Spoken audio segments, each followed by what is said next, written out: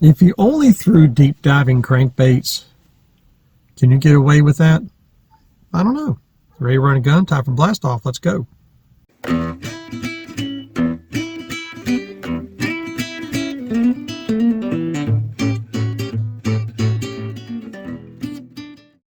Hey guys, Todd here with you. Welcome back to Bassin 101. Truck Talk Wisdom, which means bupkis.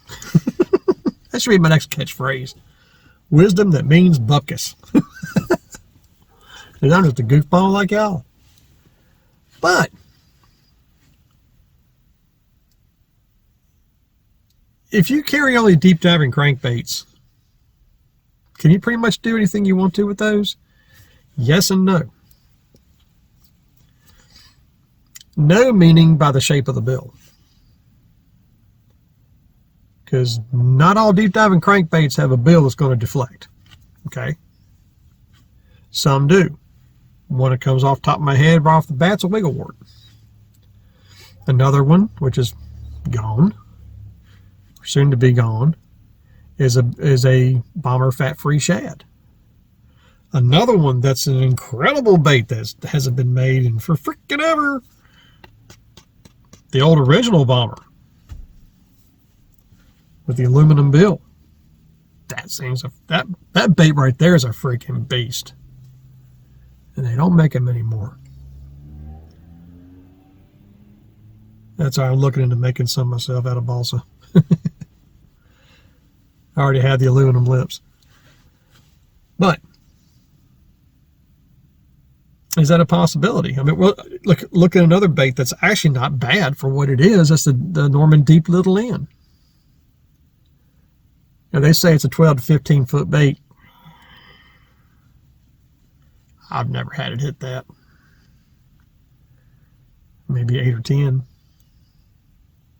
Maybe 12 if you throw it on 6 or 8 pound test. Or braid. That bait's not bad. Actually, Bill Norman originally designed the Deep Little End to be an all-around crankbait. You can fish it shallow, you can fish it deep. But I have had a few get hung, so not the best lip for that kind of deal, but that's okay.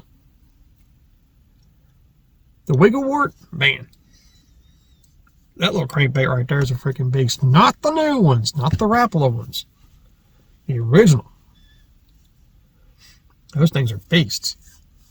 Bill Dan's fat-free shad, or the bomber fat-free shad. Man, those things right there, you can throw it a barbed wire fence and it'll come out. I could probably count on one hand how many times in all the years that bait has been out, and I've thrown them. Close to 30 years.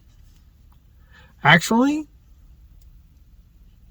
when 2025 kicks in, it will be 30 years for that bait.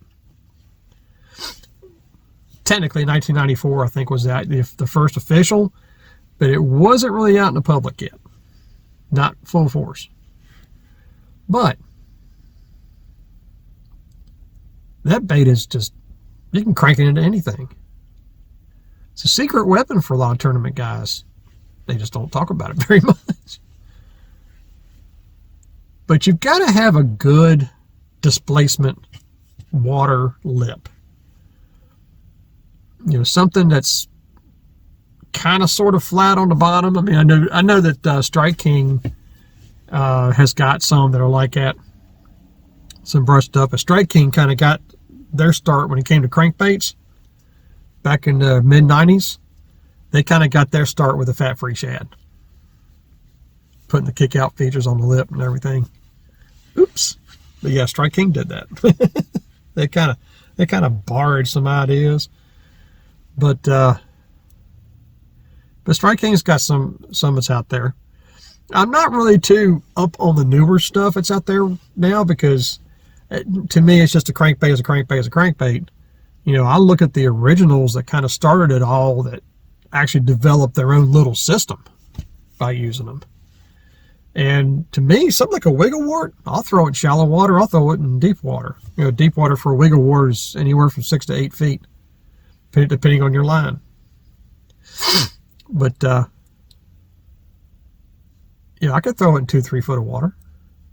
You know, throw it around brush, stuff like that. Absolutely. You just got, I'd throw it on heavier line, 12 pound and bigger, just so it doesn't dive as deep.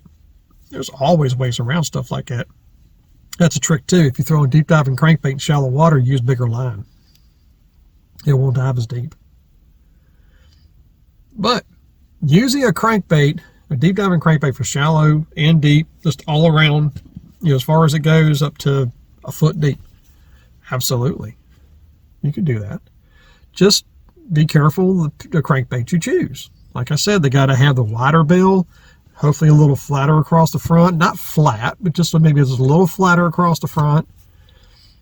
That way it'll help you out. It'll help you deflect off the cover better. If you've got something that's got a coffin bill, like a balsa bait with a coffin bill, absolutely. Another good bait that's also really good for brush, it's amazing in brush, is a Rapala FR7 or even FR5, but I like the FR7. But the FR7 you can throw it shallow or deep. That's a very versatile bait. And it's a shame they don't make them anymore. What was Rapala thinking when they did that? I don't know. What do you guys think? Do you guys do that? I mean, do y'all throw deep diving crankbait for everything? I know a couple of guys that I know around here did it one time. I don't know if they still do now, but they used to at one time. And I thought they were nuts back then until I started doing it a long time ago as well, and realized, man, you get away with this. Keep you from carrying a whole bunch of stuff. But what do y'all think about that? Leave in the comments, let me know. I'm curious to see what you think. So until next time, remember, new techniques are trendy, but bass never change. May the Father bless you and keep you in Yeshua's name, and as always, fish on.